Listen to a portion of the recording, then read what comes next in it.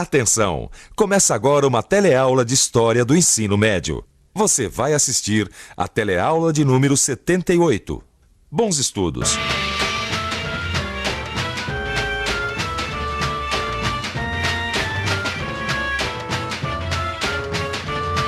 Você saberia me dizer onde fica a Xíndia? Não. Parece alguma coisa sobre perto da China, não tem nada a ver. Pela tese das palavras, né? Pode ser que é a China, os chineses, né? E você, sabe onde fica a Xíndia?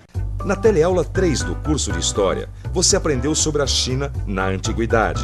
Na teleaula de hoje, você vai lançar um olhar sobre a China moderna. Vai conhecer também o que está acontecendo com a Índia atual e entender por que estes dois países estão se tornando potências econômicas do século XXI.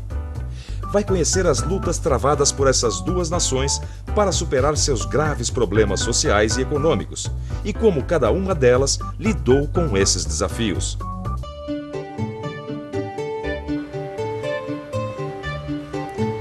Ô, Joana, que história é essa de Xíndia, hein?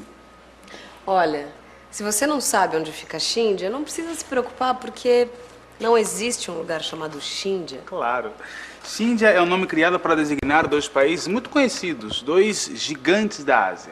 Bom, o que acontece é que esses dois enormes países têm algo em comum. Os dois entraram no século XXI como duas potências emergentes, devido à força de suas economias, e prometem ser duas das maiores nações deste século.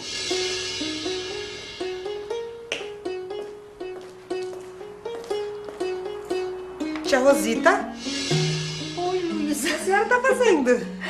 É que ontem eu comecei umas aulas de Tai Chi Chuan, lá no centro. Que legal, tia. Tai Chi é uma arte chinesa, né? É uma arte marcial milenar. O instrutor disse que faz bem tanto para a mente quanto para o corpo. E serve até para concentrar.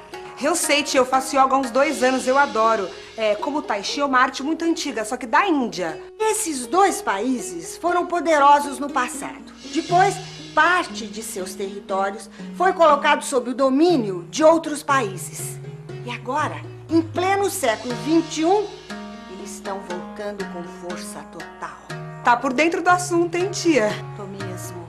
Eu tenho lido muito sobre a China e a Índia. Olha, são temas fascinantes, Luísa. Ô, tia, então a senhora vai me atualizar, porque eu também me interesso por esses temas, só que eu sei muito pouco sobre a Revolução Chinesa. Eu sei que teve a ver com Mao Tse-tung. Mao Tse-tung se tornou uma personalidade mundialmente conhecida no início do século passado, depois de liderar a Revolução Chinesa. Além de ser o líder da Revolução, ele foi alvo de uma conduta conhecida como culto à personalidade, que visava fortalecer o novo país surgido da Revolução em torno da sua liderança. No início do século XX, a China possuía um sistema rigidamente monárquico. Essa monarquia manchu, sediada na cidade proibida em Pequim, dominava completamente a nação, auxiliada pelos mandarins. Mas havia também muitos problemas sociais. A fome era grande nos campos e os pobres avançavam para as cidades, formando hordas de mendigos. Muitos movimentos internos e externos passaram a minar a autoridade do governo. Assim, dividida desde dentro e atacada por nações estrangeiras que queriam explorar suas riquezas, o regime manchu chegou ao seu final.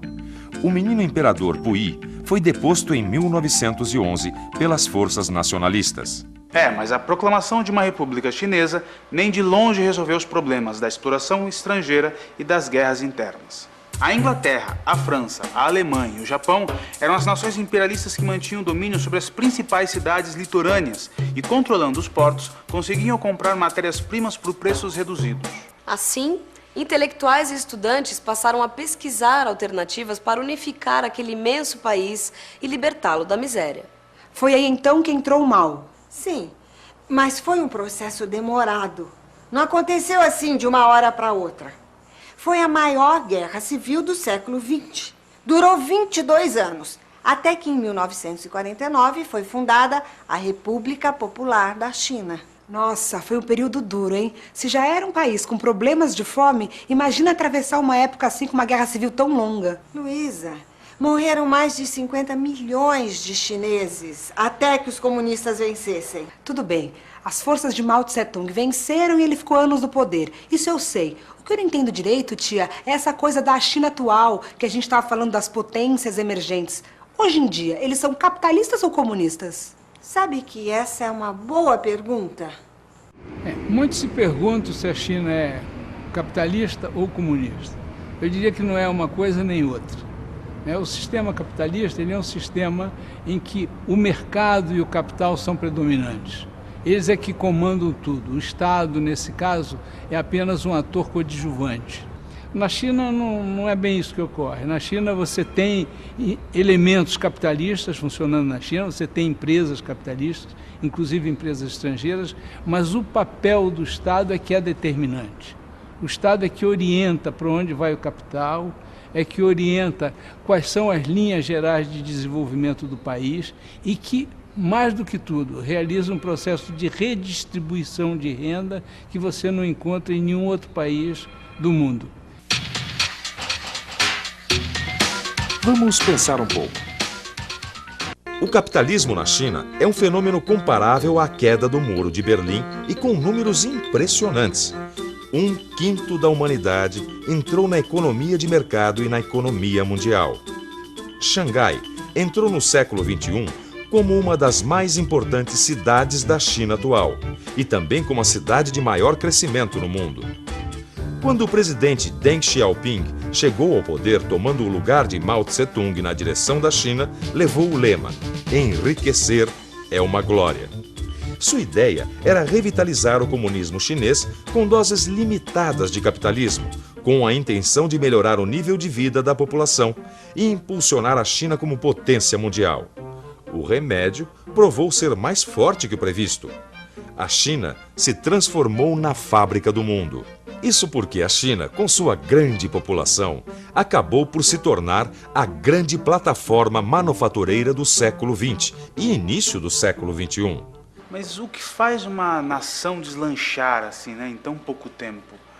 É claro que o investimento maciço em infraestrutura, portos, rodovias, ferrovias, telecomunicações, eletricidade, água. Mas acho que o principal foi o investimento humano no pessoal qualificado. Em outras palavras, esse grande progresso não teria acontecido se não fosse um investimento na educação. É, tia, sem educação é difícil ir pra frente nessa vida. Mas e na Índia? Será que teve alguma coisa parecida? Teve uma revolução assim também como na China? Na Índia, aconteceu um processo intenso também. Assim como na China, houve muita luta. Mas, ao fim, o movimento pacifista liderado por Mahatma Gandhi foi ganhando força e acabou levando a Índia à sua independência. Embora Mahatma Gandhi não tenha tido nenhum partido criando culto à sua pessoa, como foi o caso de Mao, ele acabou se tornando uma das personalidades mais conhecidas da história recente. Isso porque ele conseguiu levar seu país à independência, graças a uma revolução diferente das revoluções normais, com suas violências. Ele foi o líder de uma revolução pacífica, mas para compreender como ele chegou a isso, é preciso entender um pouco a cultura e a religiosidade indiana. Bem, na Índia coexistem muitas religiões, como o catolicismo e o islamismo. Mas o hinduísmo, que é a religião predominante, tem características próprias. A essência da religiosidade indiana é o desejo de se conectar ao divino, que tem expressão em todas as artes visuais, na dança, na música. Eles acreditam na reencarnação, ou seja, os seres estão sempre renascendo na busca do aperfeiçoamento espiritual. E todo ato que se faz durante a vida tem um peso positivo ou negativo neste progresso. De fato, Gandhi acabou introduzindo diversos conceitos da religiosidade, da cultura hindu na sua filosofia pacifista, fortalecendo assim em seu povo o conceito de revolução pela paz. Bom, então vamos conhecer melhor a Índia, onde Gandhi cresceu. Os ingleses unificaram o país criando uma administração civil indiana, formada nas melhores universidades inglesas. Além disso, contribuíram com a língua e com a modernização das comunicações, principalmente com o telégrafo e com o sistema ferroviário que cobria todo o país. Havia, entretanto, uma postura racista por parte dos ingleses.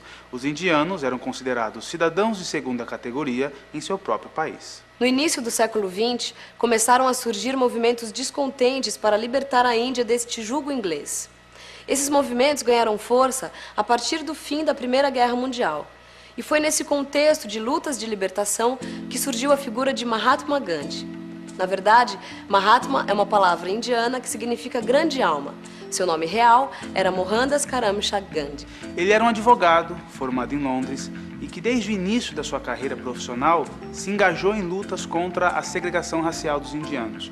Ele resolveu dedicar sua vida à luta contra a dominação colonial inglesa e utilizou para esse fim um método inusitado e que ficou conhecido como a política da não violência.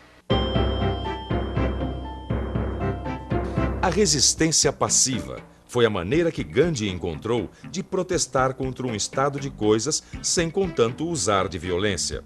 Os guardas, em geral, não sabiam como agir, pois não estavam sendo propriamente atacados pelos manifestantes. Estes permaneciam sentados, fazendo o seu protesto por uma ação de presença. Muitas vezes, os manifestantes, apesar de não agirem, eram vítimas da violência. Mas estes fatos acabaram fortalecendo o movimento como um todo.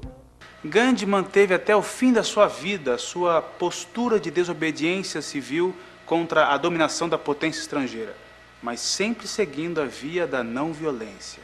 Mesmo quando chamado para audiências, ele se recusava a usar roupas ocidentais, usando trajes indianos, mostrando dessa forma o seu orgulho pelas suas tradições culturais. E desse modo pacífico, ele mobilizou a população a produzir os próprios tecidos para mostrar que não dependiam da Inglaterra. Até hoje, a produção de tecidos é um dos setores mais prósperos da economia indiana. Mas e depois? E esse progresso todo da economia da Índia atual, como será que aconteceu? Bem, o que eu sei é que a educação teve um papel importante nessa história. De fato, o modo de vida dos indianos valoriza muito o conhecimento. Mesmo entre os mais pobres, a maioria dos indianos fala mais de uma língua e tem escolaridade. Há na religiosidade hindu um tema que se reflete até mesmo na sua cultura material: sair da escuridão da ignorância e atingir a luz do conhecimento. Tia, o papo tá muito bom, mas eu preciso ir. Amanhã eu volto. Tá bem, querida. Até. Tchau, tia. Tchau, linda.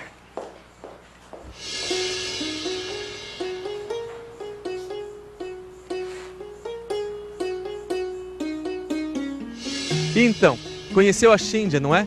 Mas será que você está preparado para responder a principal pergunta da nossa teleaula? Por que a China e a Índia são exemplos de desenvolvimento no mundo de hoje? Preste atenção que é hora da nossa revisão. E atenção, se liga aí que é hora da revisão. Na teleaula de hoje, você aprendeu que Scindia é um nome inventado para designar o fenômeno do crescimento econômico de duas grandes nações muito antigas, a China e a Índia. Viu que as duas estão entrando no século XXI como as duas maiores potências emergentes depois de enfrentarem numerosos desafios como ocupação estrangeira, pobreza, revoluções e guerras civis. Na China, houve a Revolução Comunista, chefiada por Mao Tse-tung, que foi vitoriosa em 1949. Com a criação da República Popular da China, depois de várias décadas de uma guerra civil sangrenta. A Índia também teve que lutar para se libertar da dominação britânica. Entretanto, essa luta teve uma característica diferente, a da desobediência civil, unida ao pacifismo, ao caminho da não violência. Conceitos difundidos pelo carismático líder Mahatma Gandhi e que levaram a Índia à independência em 1947. Por fim, constatou que o desenvolvimento recente desses dois países se deve a investimentos na infraestrutura, mas essencialmente à importância da educação de seu povo. Está na hora de você também fazer a sua revolução pessoal, transformando a sua vida através do estudo. Até a próxima.